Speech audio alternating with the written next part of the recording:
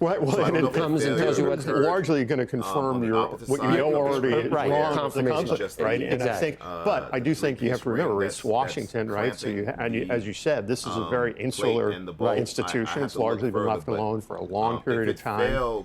There's 1,000 PhDs, 20,000 employees. So you have to play the game a little bit, and I think the reputations of the people on this, these task forces are unassailable. So it's going to make it very difficult for people to have come some back. backup. Yeah, so you say, listen, these are the things I said I was going to do, and here are these experts that are telling me it's a good idea. And so in that way, I think it's quite smart, because it is difficult to make some of these changes in large institutions, particularly in the government. But normally when there's a problem, and we've seen Congress do it, and presidents do it, and they say, okay, here's the problem. That's what I would expect. You know what my answer is? They're trained to look at we're the going to screen form a itself, study group. And that's why it has a bad rap. This is an odd one, then right? a year later, it's like, but it was good on Chris's you spent a lot of money, and we did, right.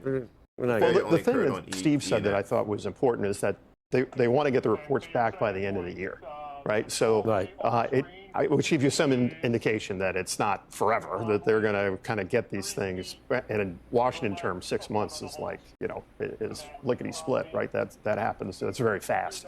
So I think that's a good thing. And again, I think it's politically astute of Chairman Walsh to do this. And I personally tend to agree with all of a lot of the changes that he's proposing. So to me, that makes sense. But it's going to be difficult given the weakest point. institutional That wasn't anchored. backlash We only that have he's two likely to studs, get. to my knowledge. Can we talk about the market? Sure. The screen. Otherwise, we're relying on the I remember I was giving you grief because you hold were things down. Probably 2 or 3 years ago. 6,000 were not CFMs, very 4,500 bullish CFMs. at that point. But then you turned. Right. And then you turned. And now I think you still are cautiously bullish, but you must feel nervousness. I am. I mean, I'm bullish on the economy, I have to say, and that's largely because certainly oil prices have come down. But I think the one big beautiful bill is often ignored lately in these conversations because of the CapEx AI. But apart from what I'm trying to say, Alex, there's a lot of CapEx that's happening away from artificial intelligence. And I think that's largely being obviously incentivized by these massive tax breaks in the one big beautiful bill. And so profits,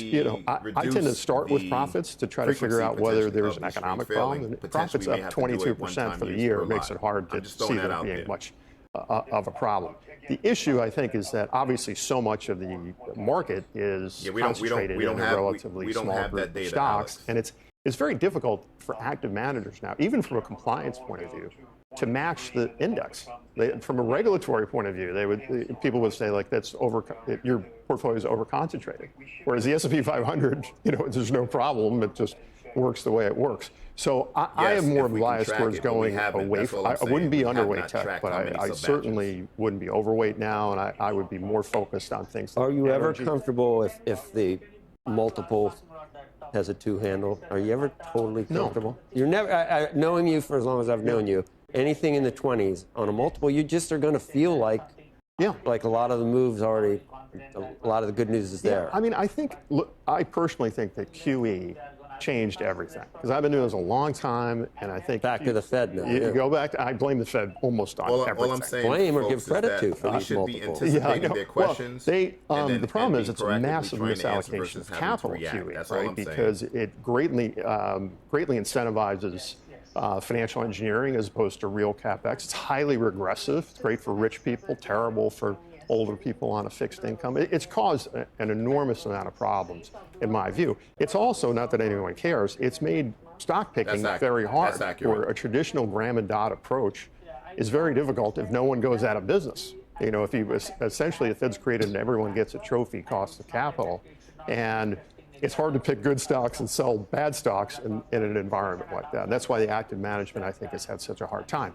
With Walsh, I think the idea that he's going to try to get the Fed to have a smaller shadow over the economy and the market, I think at the margin that will help.